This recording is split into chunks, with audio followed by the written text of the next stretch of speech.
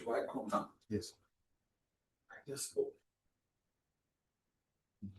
How many of them are online? Not. It takes some time for the number to propagate.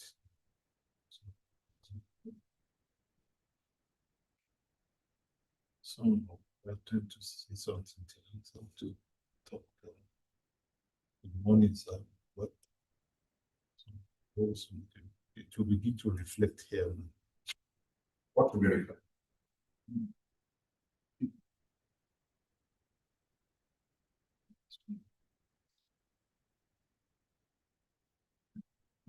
What to use? It's like change. Okay, I have to use this. But it's not yet live.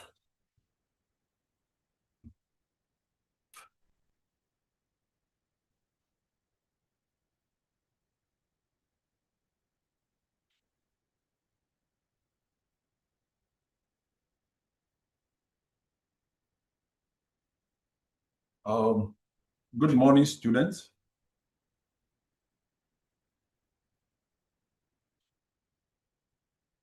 My picture is not showing.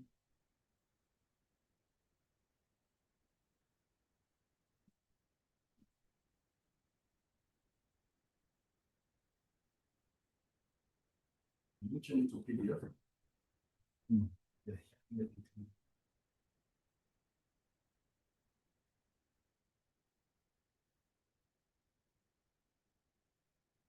Good morning, students. Sorry, we are coming late. The last lecture, we were talking about factors affecting rate of reaction. And we talked about the physical state of the reaction, the concentration of the reactant, the temperature of the reaction, the surface area and the size of the reactant, the presence of catalyst, and the pressure of a gaseous reactant. Now, today, we are going to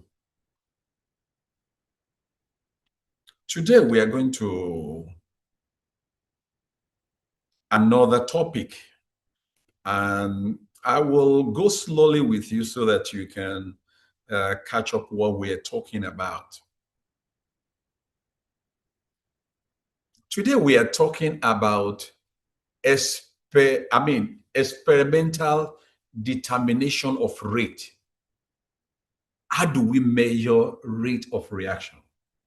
To measure the rate of reaction, we must choose some properties of the reaction, which will indicate how far the reaction has changed. And then we observe the way in which the magnitude of that property varies with time. So there are two things we have to do.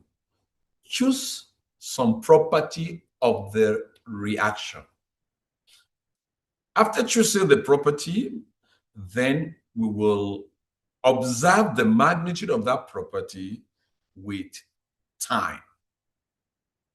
That is the major principle behind experimental determination of rate of reaction. Now, methods of finding the rate of chemical reaction. There are two major methods. One is known as the physical methods, and the second one is a physical method. So chemical methods and physical methods, these are the two categories in which methods of finding the rate reaction can be divided into. Now let's go to the chemical method. In this case, the process of reaction can be followed by chemical analysis. One of them is titration method. And I know many of you have done a lot of things on titration. Titrometric methods can be used to follow change in concentration of reactant or product. For example, alkaline hydrolysis of ester.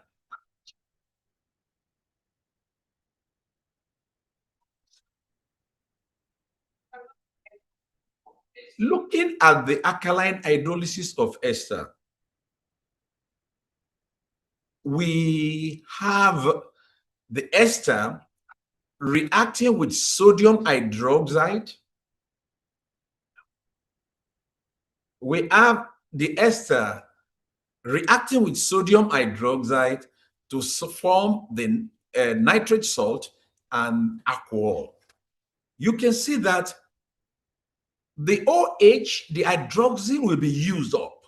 So with time interval, we can be checking the concentration of sodium hydroxide remaining in solution after some time.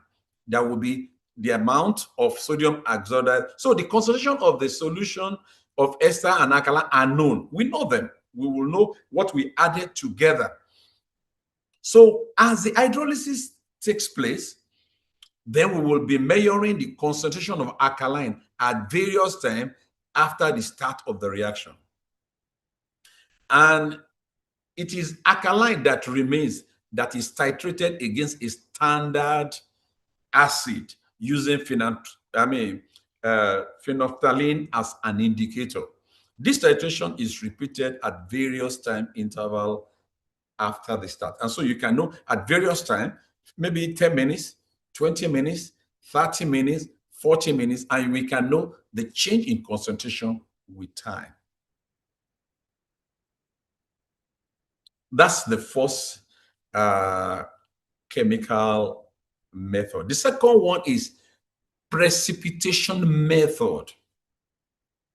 A reaction in which one of the product is insoluble, that is, they form precipitate. This precipitate is like a cloudy suspension. For example, the reaction of dilute acid with sodium thiosulfate. We can see the equation written S2O3 2 minus, and then you can look, if you notice, one of the product is sulfur, which is solid. It will slowly precipitate as a colloidal suspension. And on the beaker, we mark an X, which we will see. I will show you the experimental method.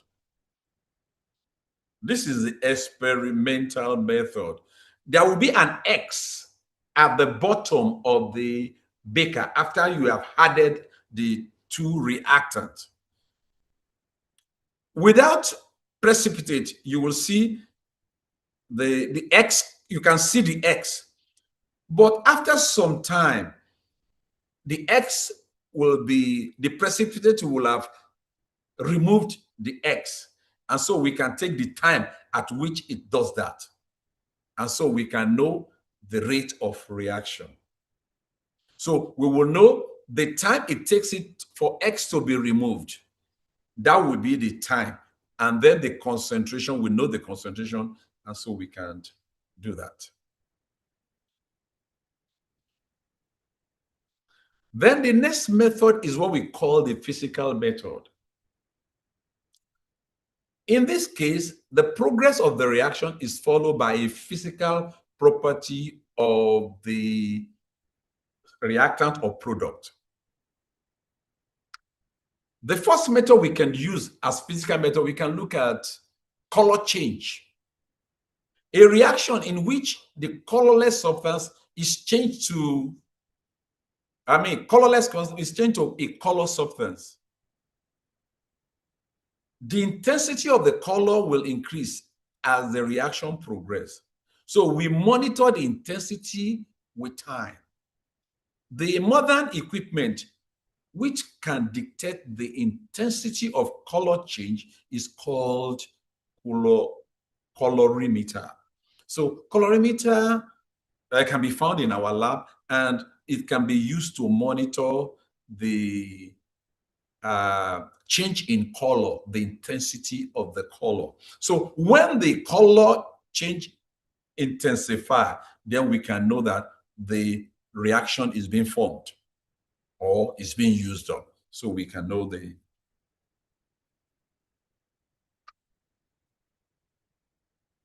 Now, another method, which physical method, is gas production, a reaction in which a gas is liberated from the solution.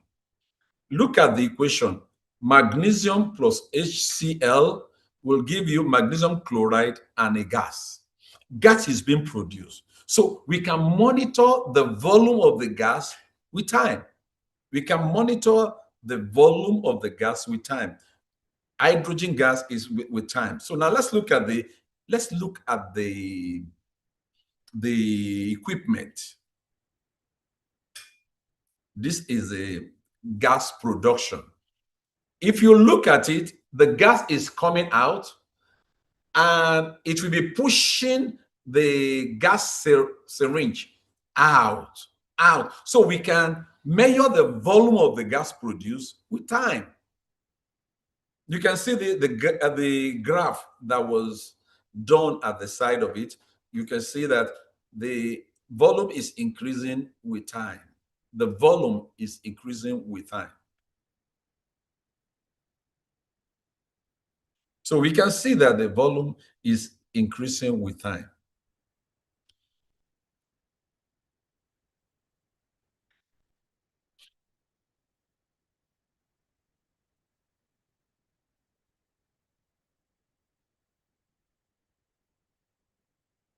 So gas will, like I told you, the gas will push we push it its way out of the syringe.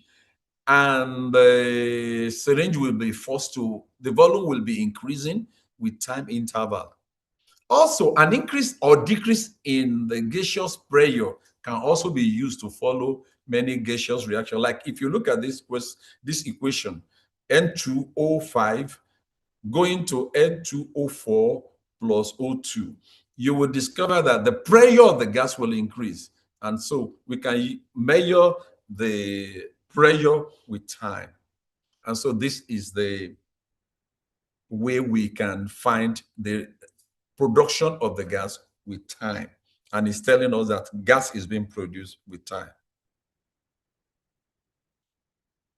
And the last property we want to talk about is the change in electrical property.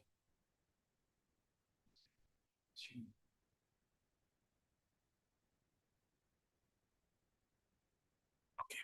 The change in electrical property, if we have a reaction in which ions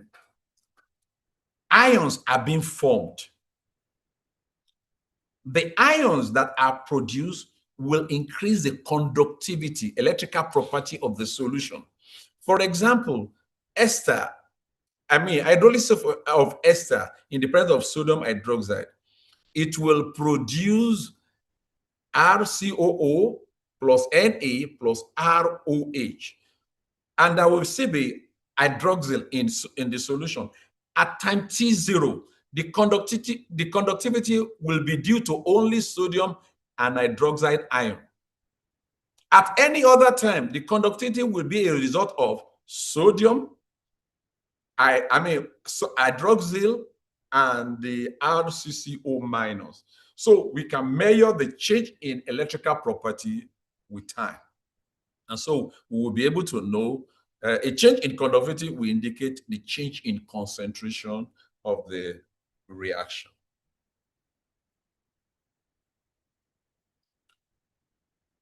Before we go further, let me give you the attendance code 1. DAWLR.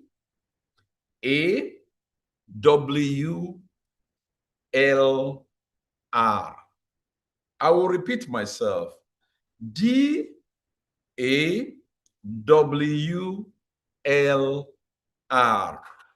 For the last time, DAWLR.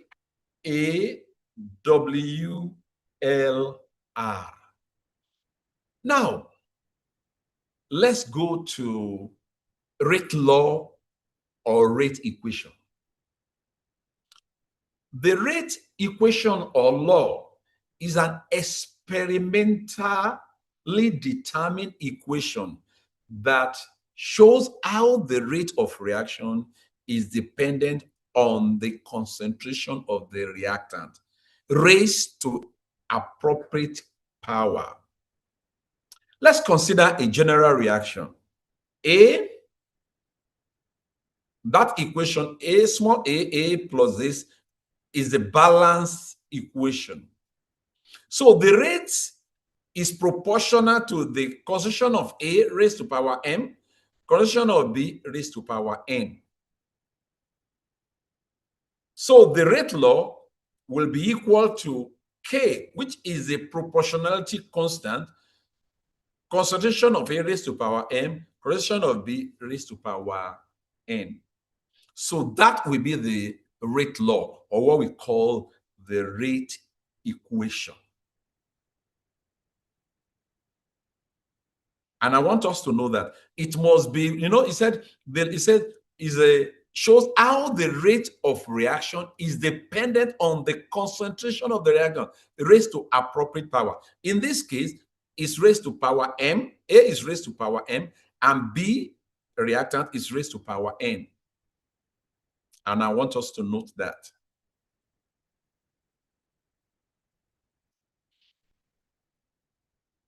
In the equation, we gave you the proportionality constant. The rate, that's what we call the rate constant. Is a small k rate constant. Is the proportionality constant in the rate equation, which relates the reactant, the rate of reaction, to the concentration of the reactant. So if we look at that equation, that the one we did very well, you will discover that the rate is related to concentration. It relates concentration with the rate constant. So, and I want us to note that.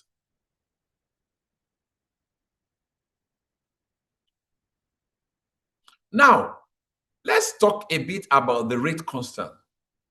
The rate constant K, which is a small k, is the experimentally determined, and has no fixed unit. It doesn't have a unit. It depends on a particular reaction. So rate constant is experimentally determined. It's not something you just think about. It's something that you determine experimentally, and it has no fixed unit. Number two, is dependent on the particular reaction, temperature, and the pressure of a catalyst, if there is any. So the rate constant will depend on that particular reaction or the temperature. So which means rate constant can change with temperature and pressure. And thirdly, the rate constant increases with temperature and catalyst. So the rate constant can increase with temperature, or it can increase with catalyst. And lastly, that I want you to know about rate constant determines how fast the reaction can go. How fast is the reaction going? The process is going. And these are some of the things, and I want us to know that very well. So let me repeat myself again. The rate constant, which is known as K, is a small k. When you were doing equilibrium, it was a capital K for equilibrium constant. But for rate constant, is a small k, not capital K. So I want you to, when you are doing the exam, you don't mix the rate constant with equilibrium constant. Number one is experimentally determined and has no fixed unit. You will see it. Number two is dependent on a particular reaction, temperature and pressure of the catalyst, if there is any catalyst.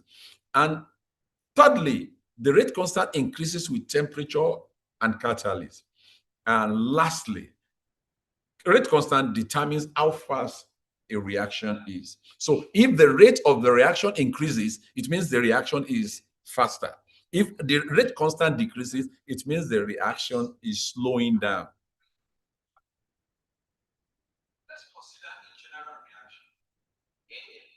Now, let's continue with the rate constant. In general, the larger the K value, that is the rate constant, the faster the reaction. I've said it before. That was the last thing we said.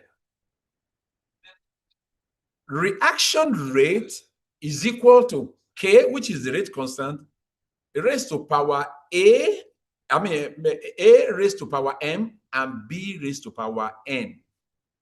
Note that when the reactants are present at unit concentration, the rate will be equal to K. If the concentration of A is 1 and the concentration of B is 1, the rate constant will be equal to K. The rate of reaction will be equal to K. So we can define, that would be another definition of rate constant. The rate constant is the rate of reaction when the concentration of the reactant are in unity. So the rate constant is the rate of reaction when the concentration of the reactant are unity. So if it's 1, so if rate is this, K, if A is 1 and B is 1, anything raised to power 1 will still be 1, and so rate will be equal to K. So you can see that. Now let's move a bit further. Now, I told you the unit of rate constant changes. It's not constant. It varies. Now let's look at it. The unit of rate constant.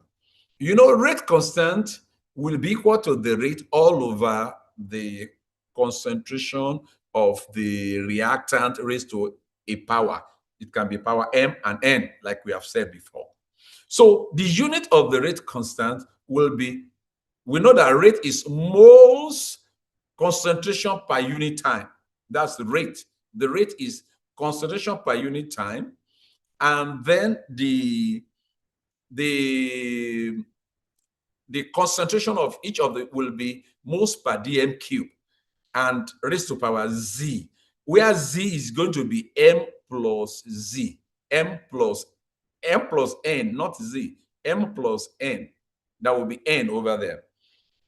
So time, I want you to know that time may also be minutes, it can be hours, it can be years, depending on what you are measuring, how fast the reaction we are measuring. So time may be in minutes, it can be in seconds, it can be in hours, it can be in years.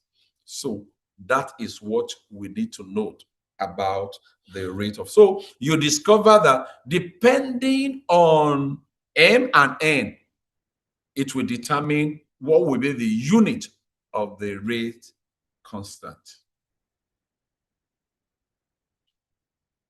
Now, another definition which we have not defined, but we have seen in that equation, order of reaction.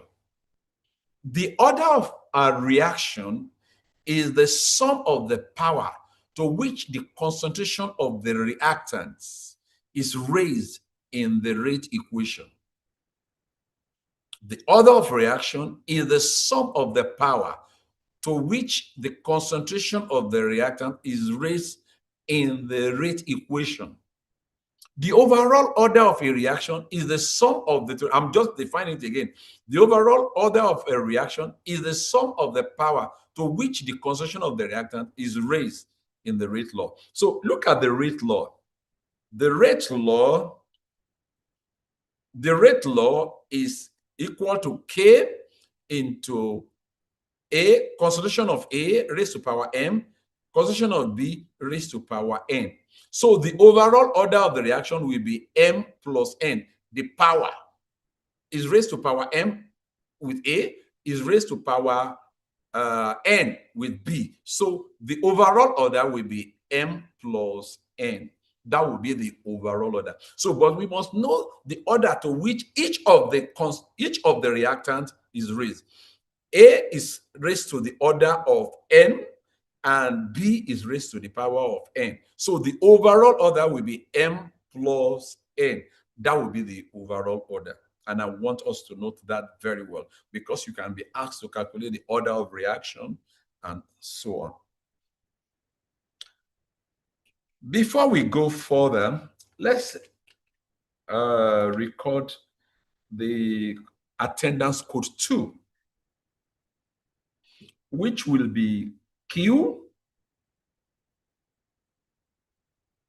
X Q U R.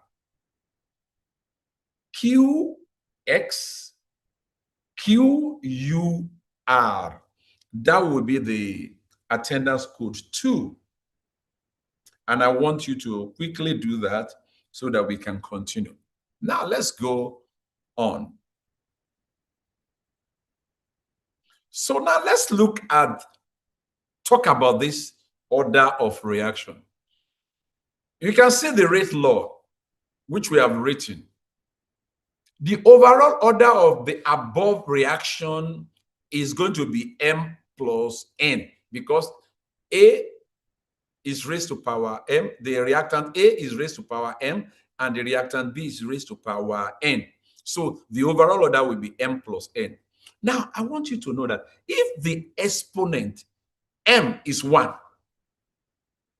so if M is 1, the reaction is first order with in reactant A is first order.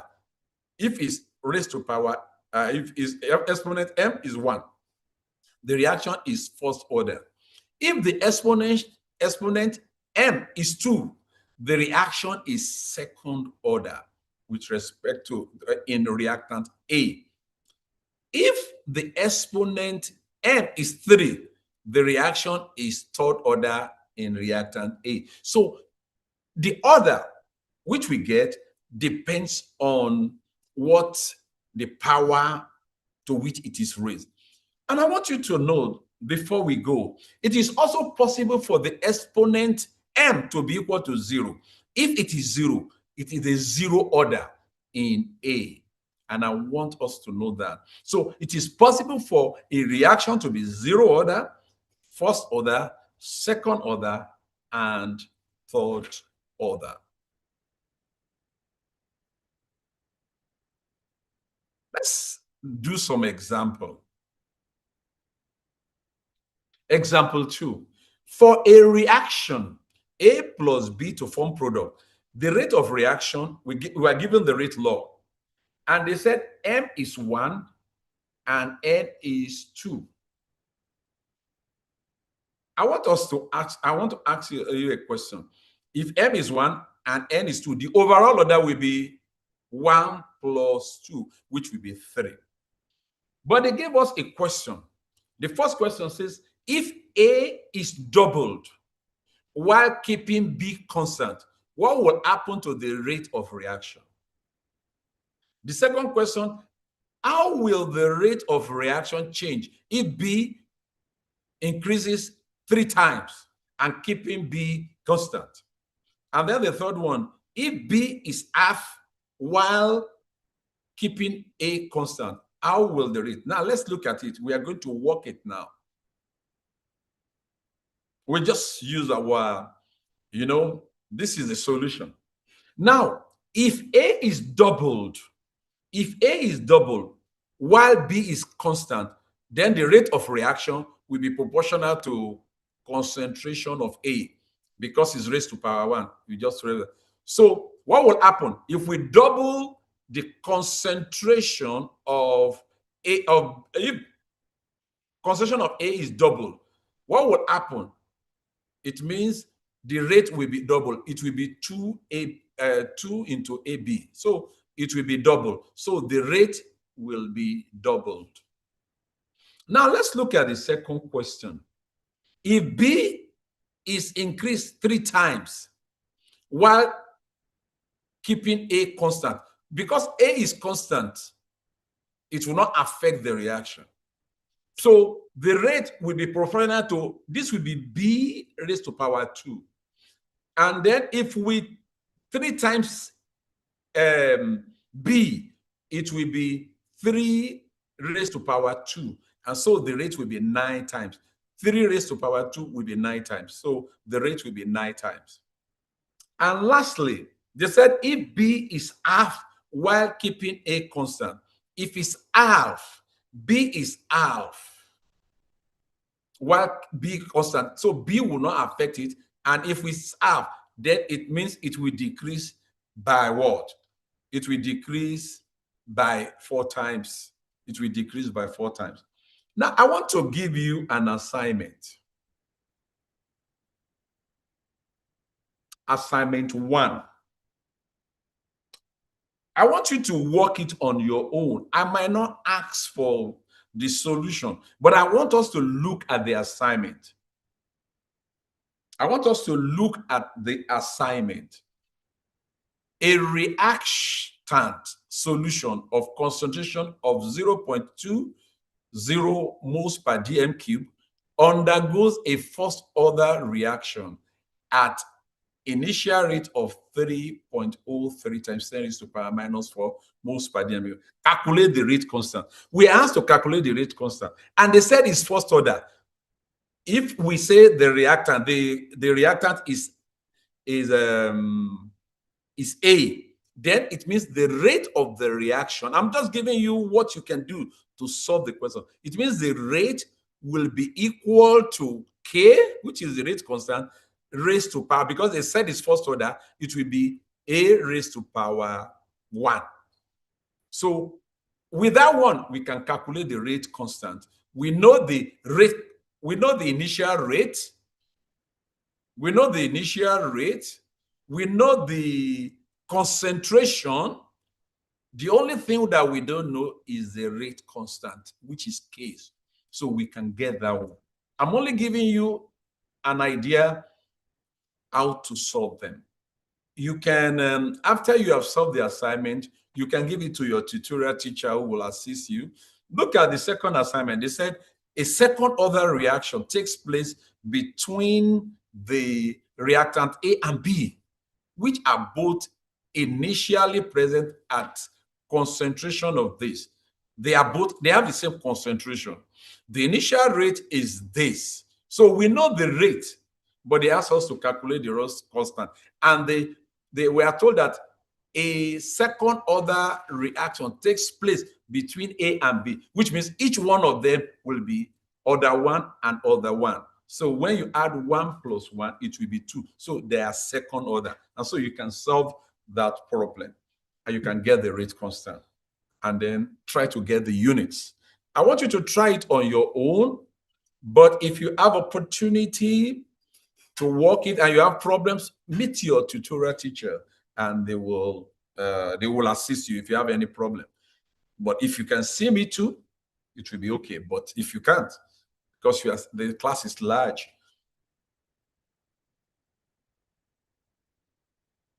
Now let's look at the example 3. The following results were obtained from a reaction between A and B. The concentration of A is given, the concentration of B is given, and the rate constant is given. They ask you, first question, what is the order of the reaction with respect to A and with respect to B? What is the rate constant for the reaction? And calculate the rate constant. Now, how do we go about it? What is the order of the reaction? In order to get order of reaction with respect to A first, you know, if we run 1 and run 2, the concentration of A is constant, while that of B is changing and the rate is changing. Now, we can use that one to get the order with respect to B. Now, let's look at it. This is the rate law. If we compare run 4 and run 5, in which B is constant, run 5 and run 8, and the rate are this, we can put the concentration. The concentration is 2.0 all over 1.0 raised to power m and 3.0 raised to power n. And they are the same thing. So they will cancel each other. And so the reaction will be, the rate will be 72 all over 36. And so you can see that the n will cancel out. It will now be 2m, which will be equal to 2. And so therefore, m will be equal to 1. So we know that m is going to be 1. So is first order with respect to A. Now let's compare run 2 and run 1, in which A is constant. If we substitute all the data, you will discover it will be 2.0 all over this one, and then 8 divided by 2. And so your 2n will be equal to raised to power, will be equal to 4. And so, which will be equal to 2, n will be equal to 2. So B will, B will be order 2, n will be equal to 2. So the reaction is first order with respect to A and second order with respect to B. So I want us to note that very well.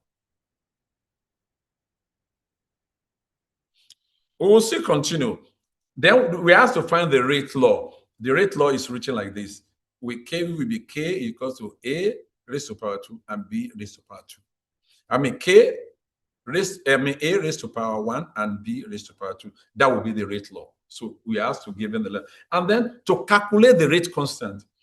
To calculate the rate constant, we know the rate, we know the concentration. The only thing we don't know is K. And so we can get the K, and then you can see the, if we do it very well, we can see the unit. The rate constant of this is different from the first one we worked. So the third order rate constant has a dimension of concentration by raised to power minus 2 times time. So you can see that concentration. Well, our time is going. We have 10 minutes. Let me give you the attendance code 3. The attendance code 3 is N39D3. I repeat myself, N39D3.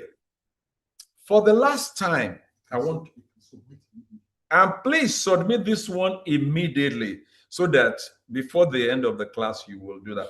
It's N39D3. Thank you very much. Now, let me define molecularity of a reaction. Molecularity is the sum of the stoichiometric coefficient of reactant involved in the stoichiometric equation of the reaction. I repeat myself. Molecularity is the sum of the stoichiometric coefficient of reactants involved in the stoichiometric equation of the reaction. If we look at this equation, 2A plus 3B going to form 3C plus 2D. The coefficient with respect to A is 2, and the coefficient with respect to B is 3. So the stoichiometric coefficient of A and B are 2 and 3. So the molecularity is going to be equal to 2 plus 3, which is going to be 5. This is a simple relationship. There is no, I want you to know that there is no simple relationship between order and molecularity. When we are talking about order of reaction, it is done experimentally. But this molecularity is theoretical. It's something you look at the coefficient. It is the coefficient that determines the molecularity, while the order of reaction is done by experiment. You have to do it. It is the experiment that determines the molecularity of a reaction.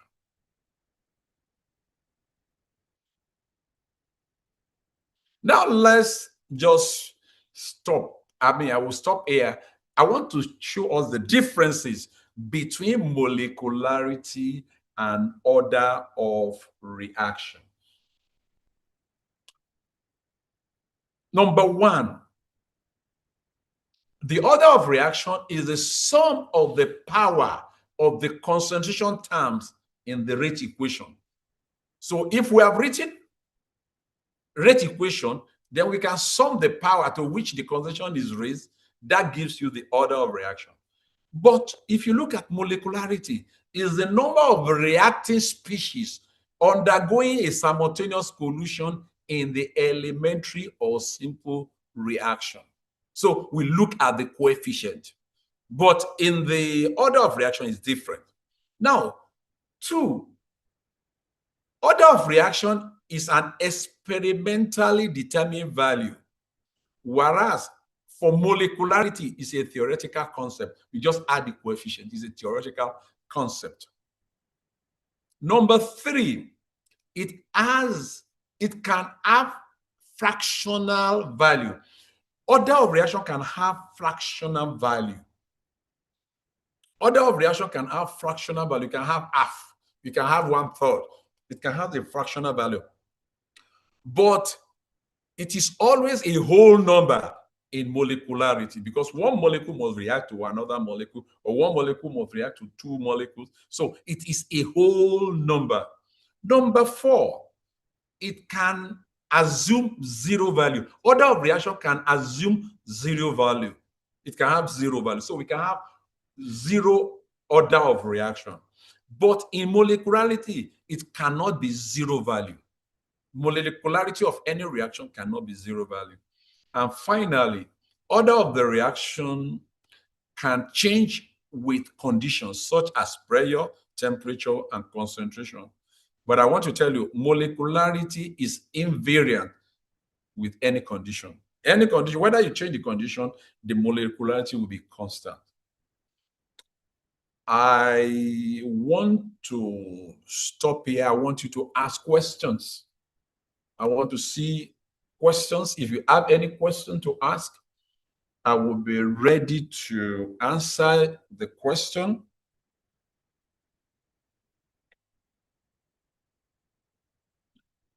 Well, I've given you the third code is 3N, I mean N39D3. Please do it on time before this thing. And some of your friends are telling you the code. Thank you. Is there any other question? If there is no other question, let's call it a day. Have a wonderful day. We will see you on Monday. Thank you.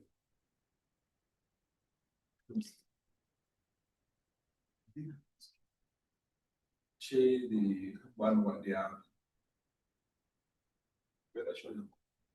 This one is difficult with using what's the name?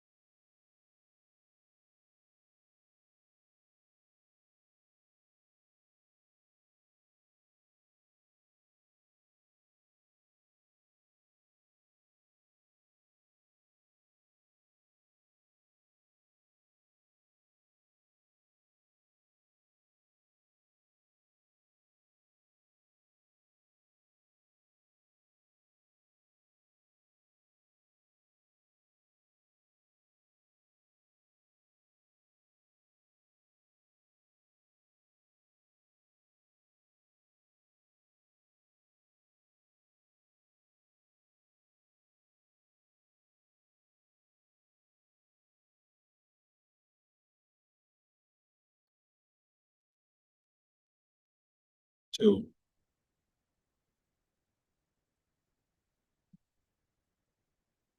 That linked here is for the feedback for the student. Okay, that's for the live streaming. They are hearing you. So we need to go.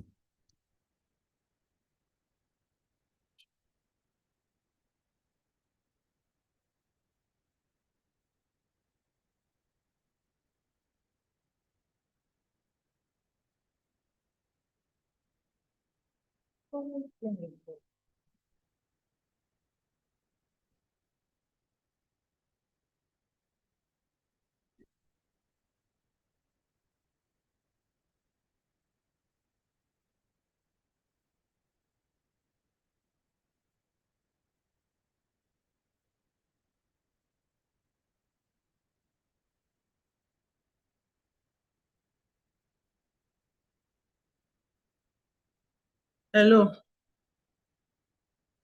Good morning, everyone.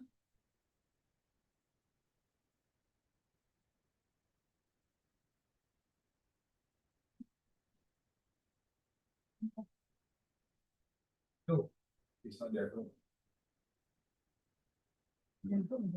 What was this? It's my own.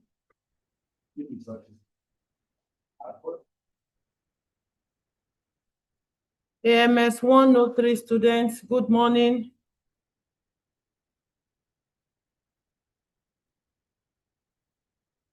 AMS 103.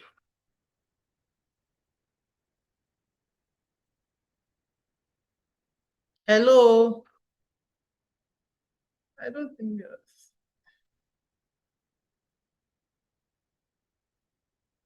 Sorry, sir. Is the class on? AMS 103 students.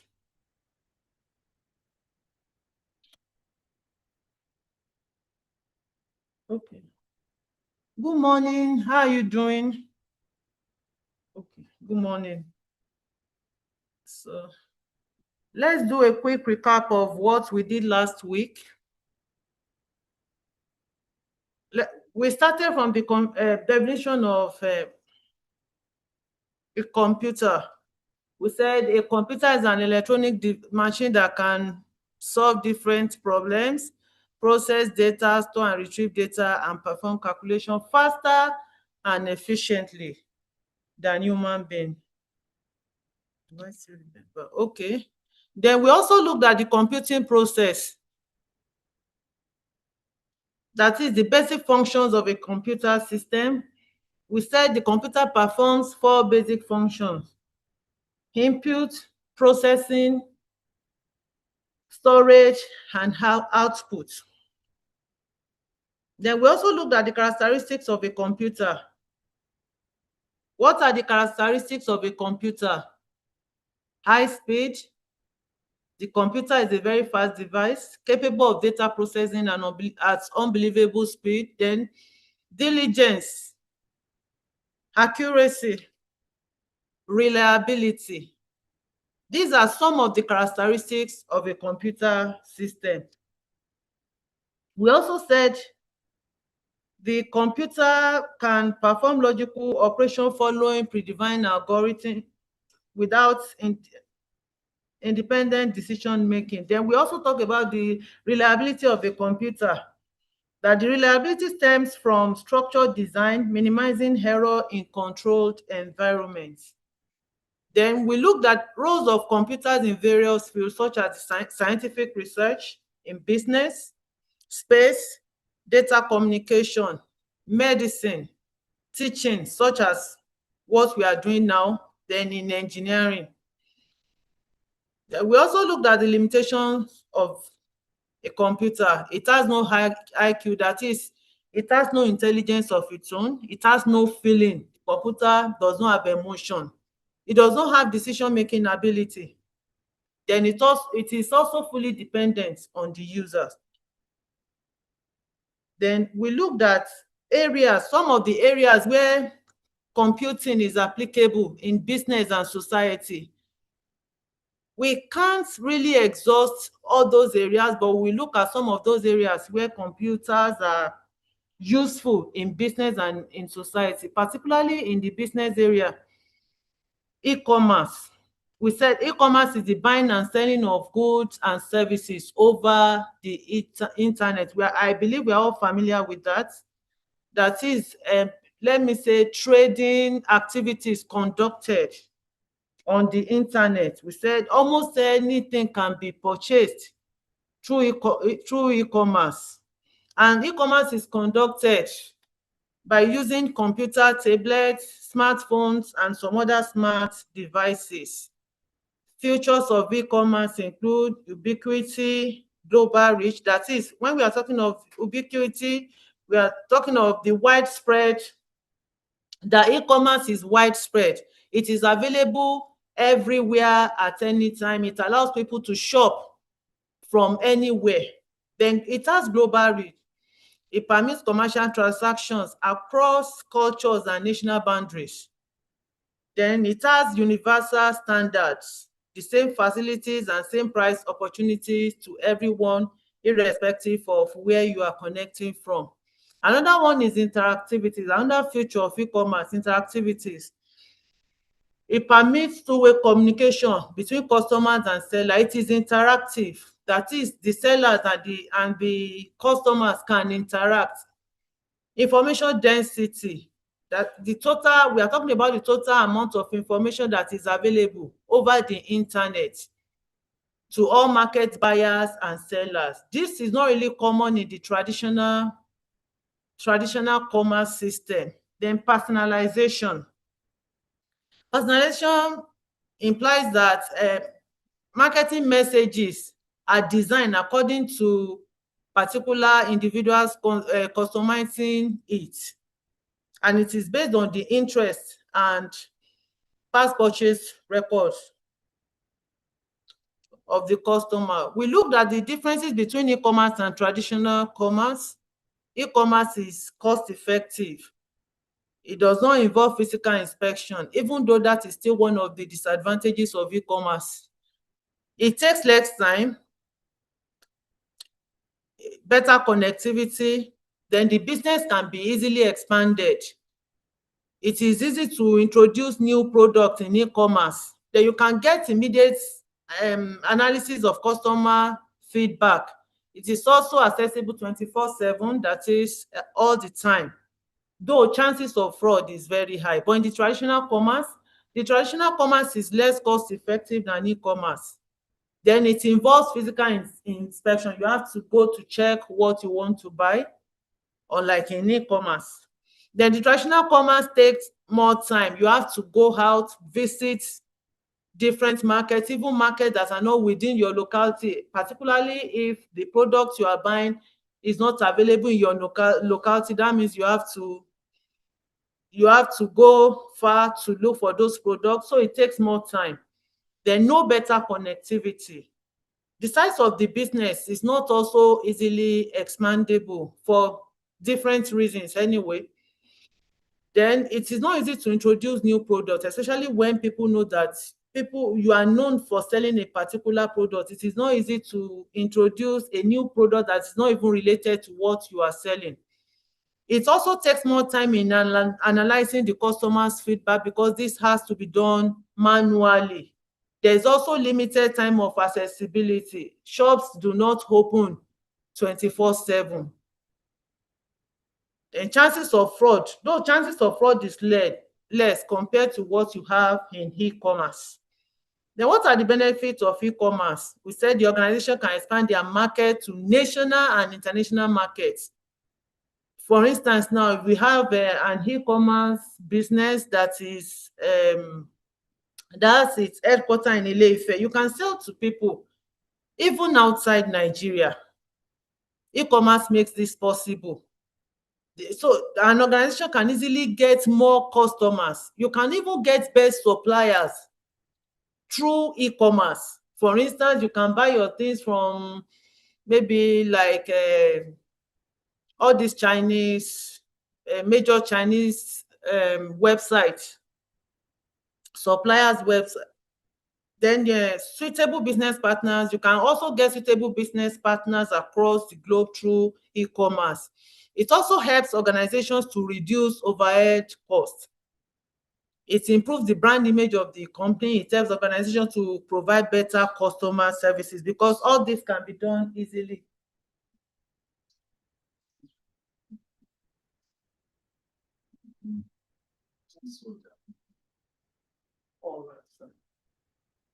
So it also helps to simplify the business processes and makes them faster and more efficient than what you have in the traditional commerce. It equally reduces paperwork. Other benefits of e-commerce, it provides 24/7 support. You can always get support on the website, on those e-commerce websites. You can make inquiry about a product or service and you can place order anytime, anywhere, from any location. It doesn't matter whether it is in the morning or it is late in the night. They are always available. It provides users with more options to compare and select the cheaper and better option. For instance, if you want to buy something on Jumia, the same product with different prices, so you can select. E-commerce gives more options to compare. Then you can compare the products and select the one you want. Then a customer can put review comment about a product and can see what others are buying, or you can see the review. For instance, anytime I want to buy anything on some of these e-commerce platforms, I look at, especially when it is all these electronic devices, I look at what people are saying. Even when it comes to normal personal things like shoes, you look at what others are saying, whether the thing is durable or not. For instance, now, if you want to buy a phone, you can still see people's comments about the phone and then make your choice. So that is one of the benefits of e-commerce. A customer can put review comments about a product and can see what others are buying or what others are even saying before making a final purchase. Then customers need not travel to shops. It helps in reducing the cost of the product. Now, the disadvantages, we also looked at that last week. E-commerce has technical disadvantages and it also has some non-technical disadvantages. I know we are familiar with that. For instance, the disadvantages of e-commerce, we have the initial cost. The cost of creating an e-commerce application in-house, because it has to be developed in-house. It's not something you can just buy over the counter. So the cost is high. Then there could be delays in launching an e-commerce application due to mistake or lack of experience. There's also users resistance. The user may not trust the e-commerce site because the seller is unknown and faceless. So sometimes it makes it difficult to convince those that are used to the traditional commerce to switch from physical stores to online stores. Some people will tell you that they can never buy anything online. Then it is also difficult to ensure security or privacy of online transactions. Another thing is that you don't feel the product during online shopping. You don't know whether the product is soft or hard or smooth. Then e-commerce applications are still evolving and they are changing rapidly. Internet access is still not cheap and it is inconvenient for some customers. For example, those that are living in rural areas. So we went ahead to look at some of the e-commerce modules or types of e-commerce. We have business to business, business to consumer, business to government, consumer to consumer, consumer to business, and consumer to government. So business to business, a wholesaler places an order from a company's website. A wholesaler buys from a website, and after receiving, they also sell the end product to some customers who buy the product at one of his retail outlets. That's from business to business. We also have business to consumers. That's what the one we call B2C model. Here, the website, the business model sells its product directly to a customer. Then we have consumer to consumer. In this type of, that is what we call the C2C business models. Consumer The models help consumers to sell their assets, like residential properties. You want to sell your car, your motorcycle, or even your laptop that you are no longer using. You want to rent a room. You can publish all this information on the website. That is the one we call C2C business model. We also have consumer to business. In this case, a consumer approaches a website showing multiple business organizations for a particular service. Then he places an estimate that this is the amount I want to sell to spend on this particular product or services. Then we have business to government. This business to government module is used by government to trade and exchange information with business organizations. Then we have government to business too.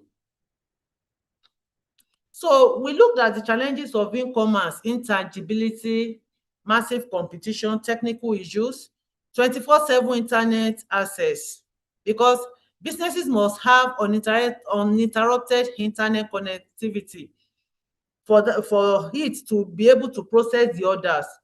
The orders placed by people that want to purchase things from that business. So the website must be on. So the business needs 24/7 internet access. Then we also have things like technical issues, because the e-commerce is fully dependent on technology. And lack of technology has been known to be one of the primary reasons for failure of e-commerce business.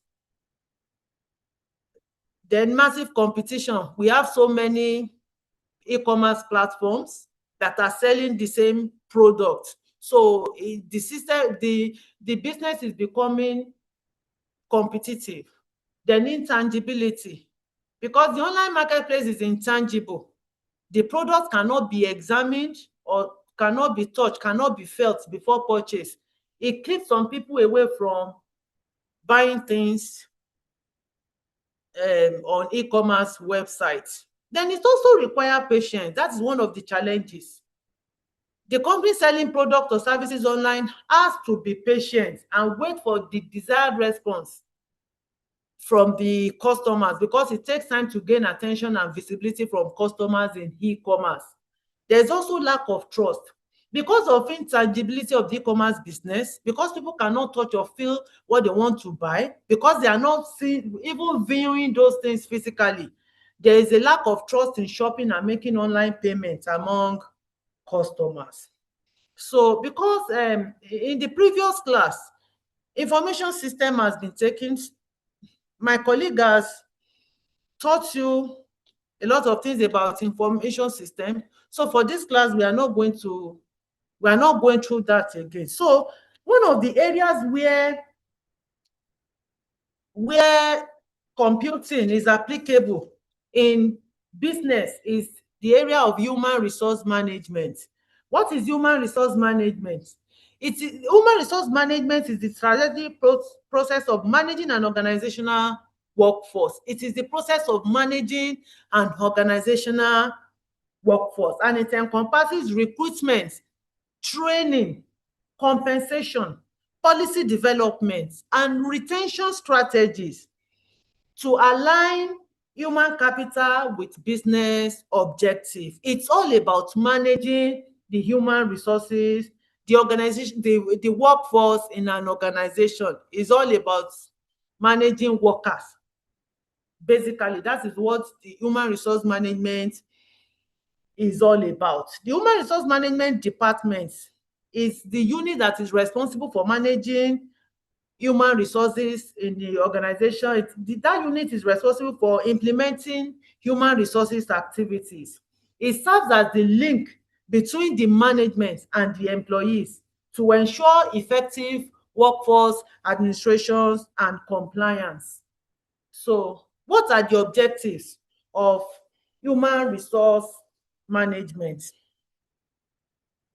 We said, okay, in our slide, we have human resource management is the process of employing people, training them, compensating them, developing policies relating to them, and developing strategies to retain them.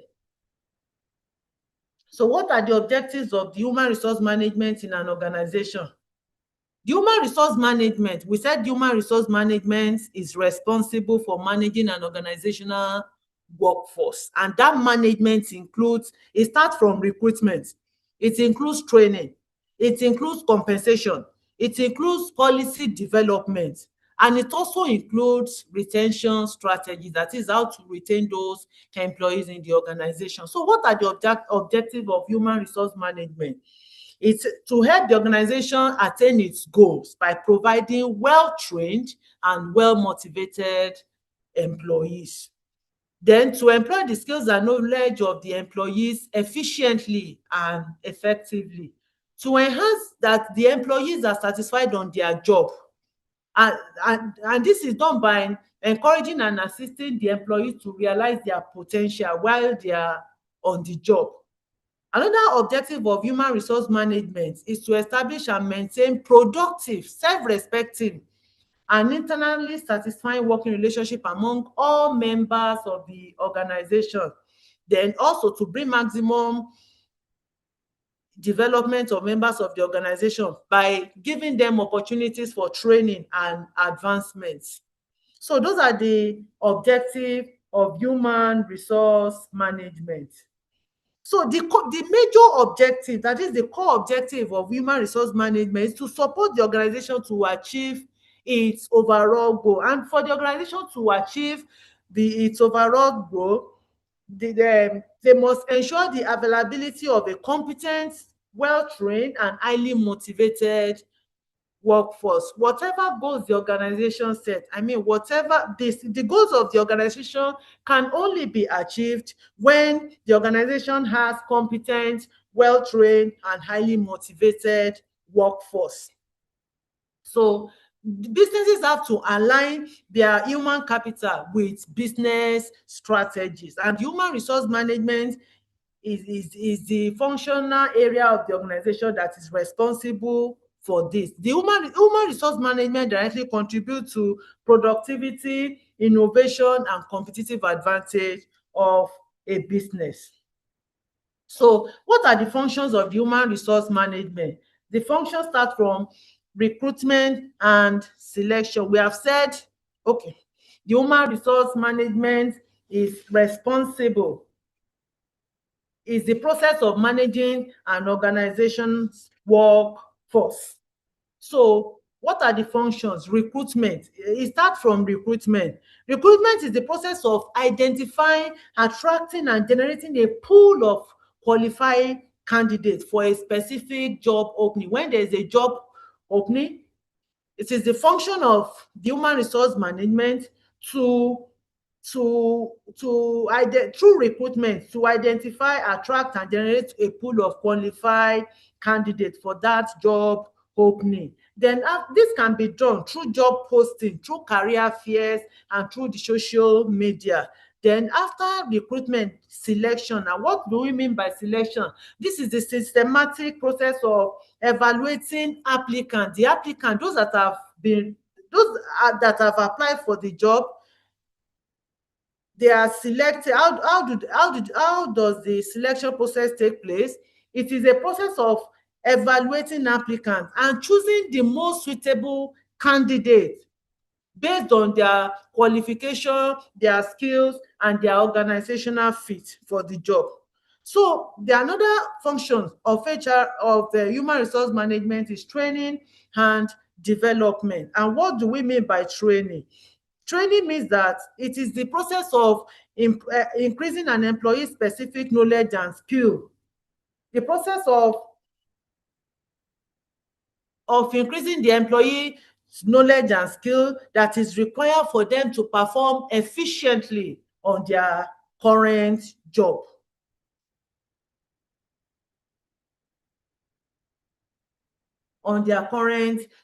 That is training. And when we are talking of development is broader than training. It is a long-term process that is concerned with the holistic growth of the employee to prepare them for future roles and responsibility, fostering career progression. E.g., when they are enrolled for maybe leadership program, mentoring, that is development. So we are still on the functions of human resource management. Performance management. It is also the responsibility of the human resource management to appraise the performance of the employee against some criteria, reviewing progress to date and assessing the potential for advancement. Then another function of the human resource management is reward and retention. This is done to ensure that people are rewarded in accordance with their contribution, in accordance with what they have done on the job, to ensure that the employees are adequately rewarded for their performance, for their contribution to the growth of the organization. We also have career management as one of the functions of the human resource management. This is a system of charting special career paths for each individual employee for advancement in the organization. So we are going to look at technology in human resource management. Don't forget that the topic we are looking at is we are looking at the application of computing in business and in the society. So in business, we are still looking at human resource management. We have looked at e-commerce. We are now on human resource management. So technology is also very useful. That is computing. Computing is very useful in managing the human resources in an organization. You know, we said human resource management is the process of managing an organization's workforce through recruitment, training, compensation, policy development, and retention strategy. This is done to align human capital with the business objective. So let's look at technology in human resource management. What is human resource technology? Human resource technology refers to the digital tool, software, or platforms designed to support and enhance the various functions of the human resource management.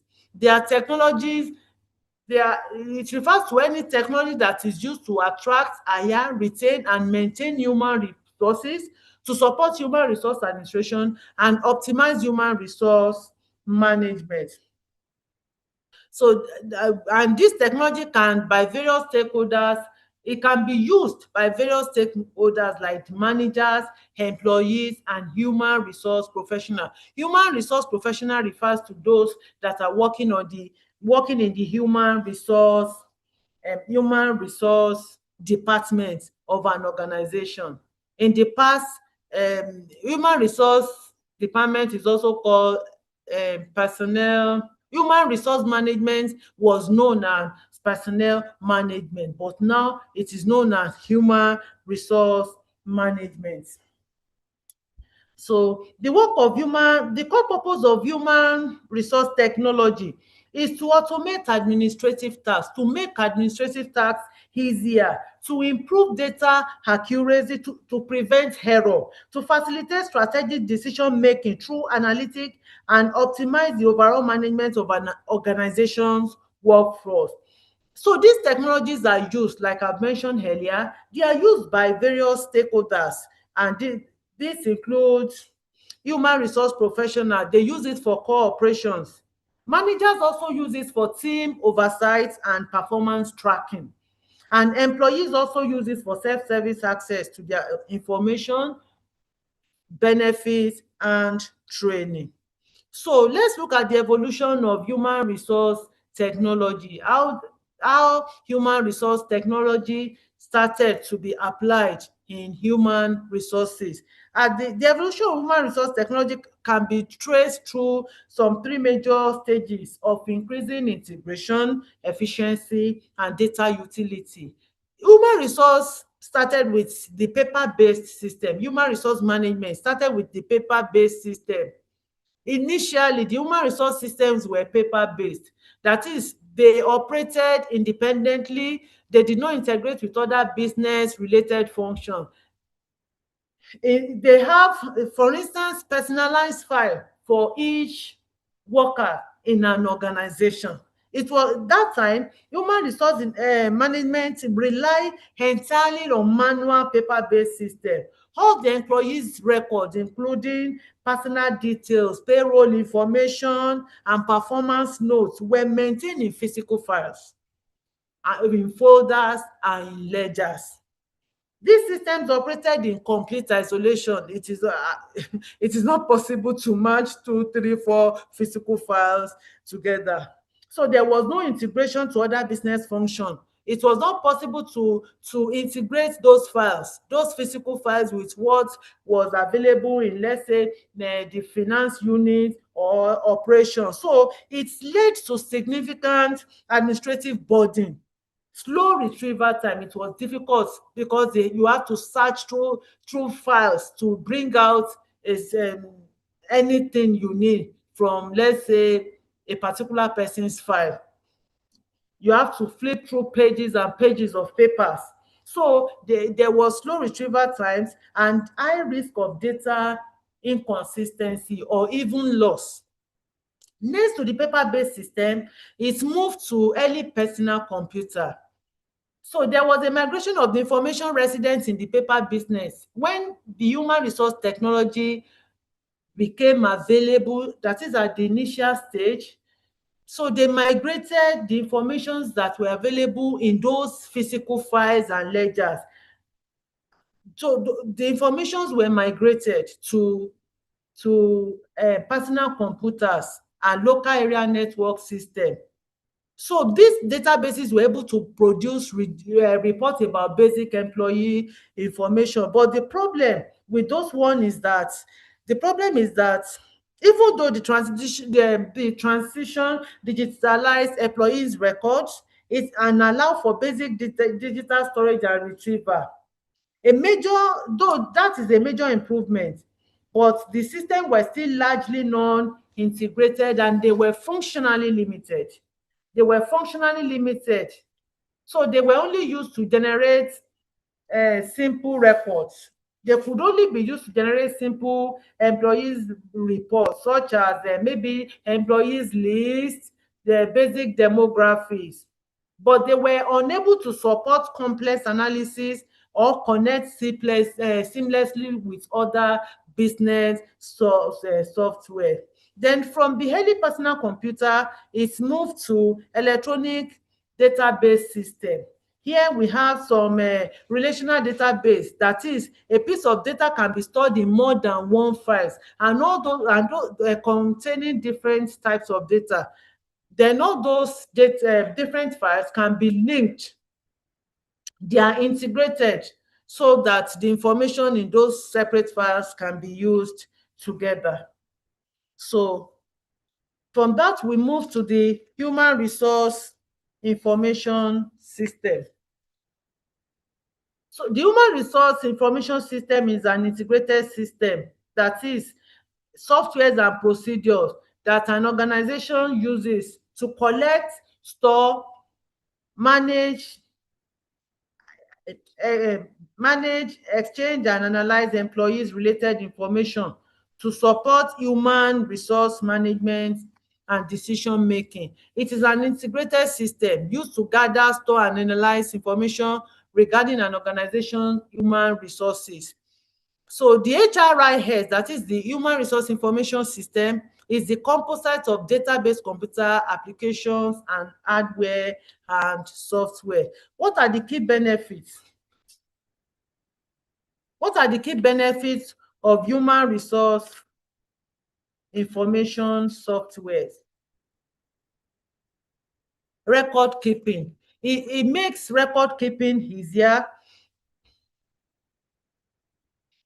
It makes record keeping easier. So it is easy to keep track of changes to anything related to the employees. Then compliance. The HRIS software helps to monitor and manage organizational tasks and routine and notify human resource administrator whenever specific terms are not met. Then also efficiency. So having all this information stored in a computer, it doesn't just lead to accuracy, but it also saves time. So organizations can keep a lot of data about employees, finding the right location, and that can take up a lot of staff time. But with human resource information system, it becomes easier. Then it also makes recruitment easier. With the help of this HRIS software, the professional can accept online application faster. People can apply for job online, and the HR professionals can sort them by relevant filter regarding the position. Then also it makes self-service easier. That is one of the benefits of the human resource information system. It make it easy for employees and managers to provide some information because it offers self-service to them. It enables the employees to manage their own affairs. What are the major components of the human resource information system? So an effective human resource information system is built upon several integrated core components that automate and streamline the HR functions.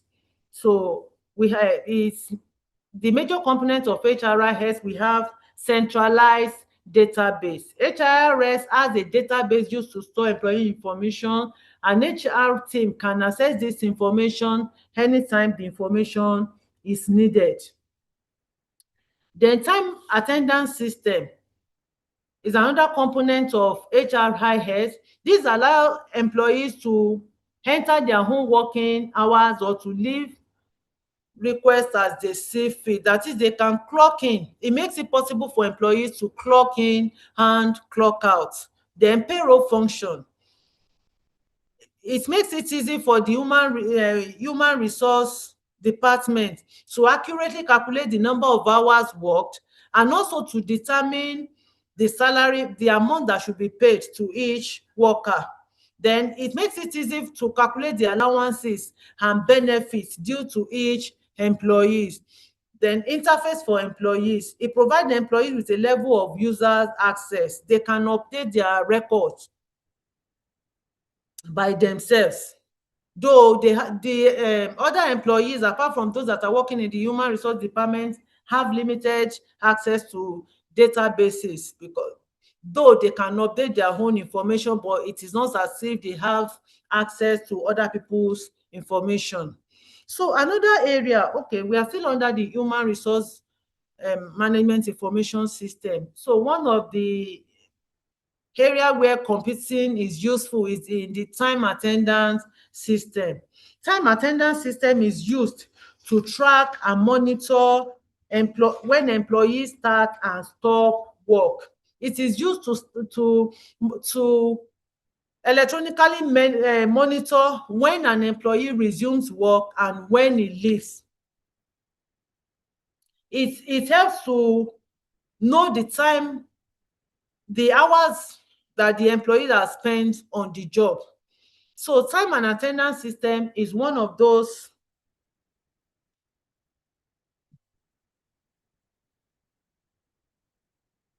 So the time and attendance system helps to keep track of employees' attendance. It enables an employer to monitor their employees' working hours. It enables them to track late arrivals, early departures, time taken on break and absence. That is the total number of hours the employee spend on the job. What are the benefits of this? And this is done electronically. It is not done, it is not based on the paper system. So what are the benefits of this time and attendance system? The time and attendance systems are used to track and monitor when employees start and stop work, when they resume, when they leave every day. So what are the benefits? It is dependable. That is dependable accuracy. It minimizes the risk of human error. One of the biggest factors that contribute to financial losses through the time attendance system, the risk of human error is minimized. Then it increases productivity. It saves times. You know, the times that would have been used on the paper-based system to record, okay, maybe they're having a ledger for resumption and closing time, and that can even, it can be easily manipulated, and there's also the risk of error. So the time attendance system reduces the risk of human errors. Then it also saves times and it increases productivity. It saves times and human effort in keeping track of employees. I mean, other employees would have needed, the effort of other employees would have been required to keep record, to keep track of employees' record. But with the time attendance system, this is not required. So work schedules are also easily created based on job requirements, employees' availability and eligibility, and they are also easily duplicated. Then employees are also pleased because this time attendance system offers a self-service component for employees to view their schedules. Then it also creates reminders and have access to shift trade board through web-based portals and mobile apps. Another benefit is cost reduction. It saves labor cost and cost relates to paperwork. This advantage is can also benefit your company attendance policy by significantly reducing employee delay and absenteeism, because the employees know that they are being monitored. Everything is on the system, you can't manipulate it. So we also have, apart from the time attendance system, under the human resource management information system, we also have the payroll management system. And what is payroll management system? Payroll management is the administrative task of paying employees for services that they have rendered to the organization for the time the time and the efforts they have used for the organization. So payroll management is the task of paying employees for the services rendered. So it involves payment of regular salaries, wages, and commissions, and also bonuses. So a payroll management system, they are softwares and programs that are designed to manage the calculation of employees' salary or wages, deduction, taxes, and other financial obligation. Remember, let me take that again. We said payroll management is the administrative task of paying employees for services rendered to organization. And when we are talking of payroll itself, payroll is talking about payment of normal salary, the wages, commissions, and bonuses. But payroll management is the administrative task of paying employees for services rendered. Then we now have the payroll management system, and this is talking about the software that is designed to manage the calculation of employees' salaries, wages, deductions, taxes, and some other financial obligations. So what are the benefits of payroll management system? It manages employees' financial information efficiently. Then it performs payroll calculation and deductions quicker. Imagine where we have, let's say an organization has 1,500 workforce, and their financial, the salaries, wages, commissions, bonus has to be calculated manually. You know how inefficient that method will be, and it will be time taking. Then it is also very, very prone to errors. But with payroll management system, it is easy to calculate, especially because the workers are not earning the same salary. So it will be difficult to do that manually. But with the payroll management system, it is easy to calculate salaries, wages, bonuses, commissions quicker. Then the employees' financial informations are managed efficiently. Then through the payroll management system, it is easy to easily generate accurate pay slips. Then, like I've mentioned, easy to calculate bonuses, expenses, holiday pay with minimal effort. Then it also reduces the need, it even reduces the need to understand complex tax legislation. Once the automation is done, it makes it, the system will generate everything. Then it also stores data such as payslip and annual report in a secure, easily accessible system. Past pay slips can easily be generated from through the payroll management system. Then it generates and manages the payroll process according to the salary structure assigned to each employee. So from that we move to concept of benefit administration. When we are talking of benefit administration, it is the process by which an organization plans, manages, and delivers the employees' benefits. It's a process of assembling and managing the benefits an organization provides to employees. So employees' benefits includes health allowance, disability, vacation, life insurance benefits, and pension fund benefits. This is different from the normal financial benefits such as wages and salaries. Now we are talking of benefits.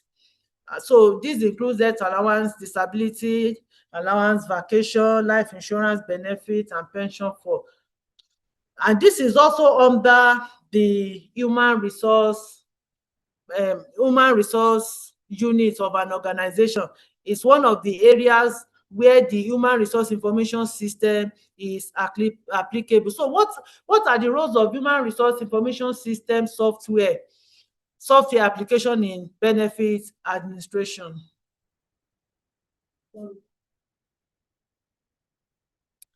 It helps to set up a benefit through the human resource information system software. It is easy to set up. You can construct and manage all your employees' benefits automatically. So it reduces the work of the human resource professionals. Then it also enables the human resource professional to track past record. I mean, the past record of employee, including the leave that the employee have taken, their health history, or compensatory payment that have been made in the past can be easily tracked through the human resource information system. Then you can also keep track of whatever benefits you have delivered to the workers in the past. Another thing is it becomes really difficult for human resource professionals to manage benefits revision of all employees successfully without the support of the software. So it helps human resource professionals to manage the benefits revision of all the employees successfully. Then it also helps employees maintain and track their benefits program on their own. So those are the roles of the human resource software application in benefits administration. Now, another functional area where technology is useful is applicable in business is the concept of e-banking. The concept of e-banking. When we are talking of e-banking is a broad term for all banking services delivered through electronic channels. You know, as we have looked at e-commerce. E-commerce, for instance, is not even possible without e-banking.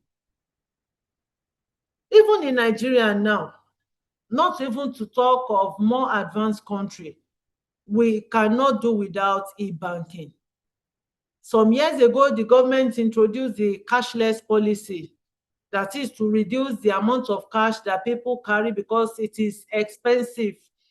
It is expensive to maintain cash. It is expensive to even print cash. So the system made a policy to discourage people from using cash, to encourage people to embrace the cashless policy.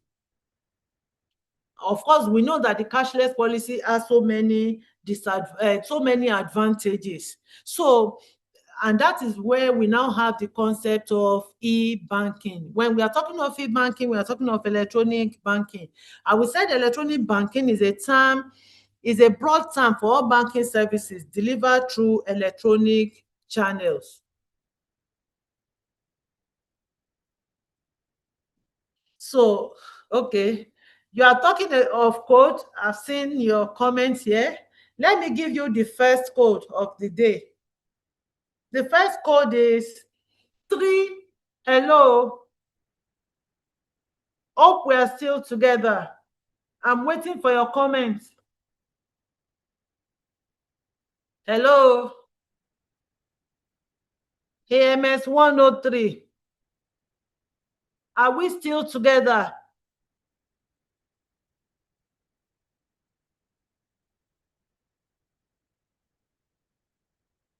Okay, you are still here. All right. I want to give you the first code. The first code is, please don't forget, don't type the code in the comment section. So let me listen attentively, please. Let me give you the code. The first code is 3LLKP. 3LLKP. All the alphabets are in capital letter. All right. Hope you now have the code. 3LLKP. Adedokun Ibrahim, why do you want to sleep?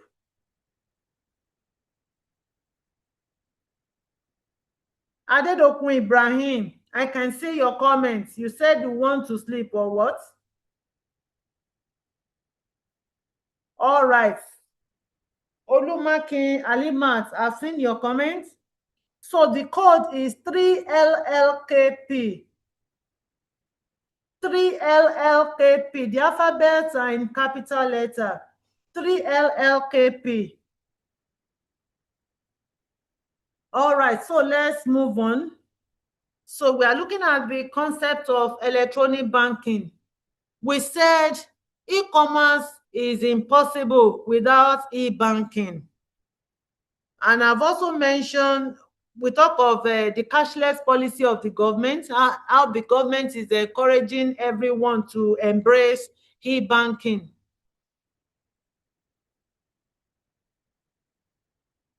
Timothy Oloyede, delete your comments. Why did you type the code? Please delete it right now. Timothy Oloyede, I'm waiting for you to delete your comments. You are not supposed to share the code, or you are not supposed to type it in the comment section. Okay, thank you. You have deleted it. So let's continue. We are looking at e-commerce. We said e-banking is another area where computing is applicable in business. So we said e-banking is a broad term for all banking services delivered through electronic channels. So here we have e-banking is an electronic payment gateway which enables all the customers of a bank to do their banking transactions through their computers without the need to go physically to the bank. That is what e-banking is all about. It includes electronic fund transfer, EFT, mobile payments for retail purchases, automatic teller machine, that is the ATM, automatic paycheck deposit, and automatic bill payments. So all these are under the concept of e-banking. We said e-banking is a broad term for all banking services delivered through electronic channels. So these channels include ATM, internet banking, mobile banking, POS terminals, debit or credit cards, EFT, mobile payment for retail purchases, ATM, automatic paycheck deposit, and automated bill payment. So the electronic banking is the umbrella concept for all banking services delivered through electronic channels. What are the significance of e-banking? It lowers cost per exchange. We have the significance, that is the importance of e-banking to clients. It lowers cost per exchange. Clients don't need to visit the branch for each exchange. It saves the bank's clients both time and cash because you don't have to physically go to the bank. Another thing is that it does not have geographical hindrances. In conventional frameworks, Geological distances could hamper specific financial exchanges, but with e-banking, there's no geographical hindrances. Then convenience, a client can get to his record or bank account and execute from any place at any time because you are doing it on the internet. For instance now, we said clients lower cost per exchange. Clients don't need to visit the branch for each exchange. Imagine you want to transfer money. Okay, you want to buy data through your from your bank account. You have to go to the bank. You want to pay bill, you have to visit the bank. You want to pay your school fees, you will visit the bank. You want to buy anything, you are visiting the bank. But with e-banking, this has been this has been eliminated. You don't have to do that again. Then another thing is that you can, even if you open your bank account in Medjugorje, I mean, maybe that was where you opened the account. From Ile-Ife or anywhere in the world, you can make use of, you can transact, you can make transactions from that same bank account. Then convenience, a client can get to his record or bank account and execute from any place at any time. Even right now, you can print your bank statements without visiting a branch of the bank. In the past, you have to go to the bank to apply and even wait for some of those things, and even sometimes you have to go back to get some of those documents from your bank. But with e-banking, you don't need to do that. You can do everything on your own through the internet. Then the significance of e-banking now, to the banks themselves, lesser exchange cost. Electronic exchanges are the least expensive method of exchange. The banks don't need to incur unnecessary expenses on exchange costs. Then lesser desk work, because the record e-banking decreases desk work, paperwork, and it makes the cycle simpler to deal with. It is also ecological when we are talking about the implication on the environment, because we no longer use, the banks don't need to use much paper again, so it is even beneficial to the environment. Then less human errors. With the use of paper and with the use of the normal traditional banking system, uh, the system was prone to human error. But now that it is being handled electronically, there's no space for human mistake or error, so it reduces human error. Then now, e-banking administration or services are convenient to clients. So banks will experience that reliability from their clients, and this has led to more loyal clients. The clients are more loyal to the bank because the services rendered are convenient to the client. So the clients rely on the bank and they are loyal. So significance of e-banking to banks, we have lesser exchange costs, lesser desk work, less human error, and more loyal clients. So we have various forms of e-banking. Under e-banking, we have internet banking, and we also have mobile banking. Those are various forms of e-banking. Don't forget, we said e-banking is a broad term for all banking services delivered through electronic channels. So forms of e-banking, we have internet banking, we also have mobile banking. And what is internet banking? Internet banking are banking services provided through the bank's website. Internet banking are banking services provided through the bank website using computer or smartphone with a web browser. And services include balance inquiry, fund transfer, bill payments, account statements. Internet banking involves logging in into a bank's website. So we said forms of e-banking, we have internet banking, we also have mobile banking. And internet banking are banking services provided through the bank website using computer or smartphone with a web browser. So internet banking is a system that enables customers of a bank to conduct a range of financial transactions through the financial institution's website or PC or laptop. It's a digital method to conduct banking transactions by means of the internet. What are the benefits of e-banking? Through e-banking, you transfer funds. With internet banking, you can transfer money from one account to another. You can send money from one account to another without visiting a bank branch. Then booking deposits. Another benefit of internet banking is that you can conveniently open fixed and periodic deposit accounts online. All banks render this particular service. You can open your account online. You can also pay bills, and you can recharge your, let's say, your phone and some other things. You can pay utility bills like electricity, your telephone, gas, internet subscription. You can do that online without having the need to visit a branch of a bank. Then you can also track your account and check your account balance. You can easily do this. You can do it all the time, every time. Just go to the internet and check. Go to the bank website and check your account balance from anywhere and at any time. You can do it at night, you can do it in the morning, you can do it in the evening.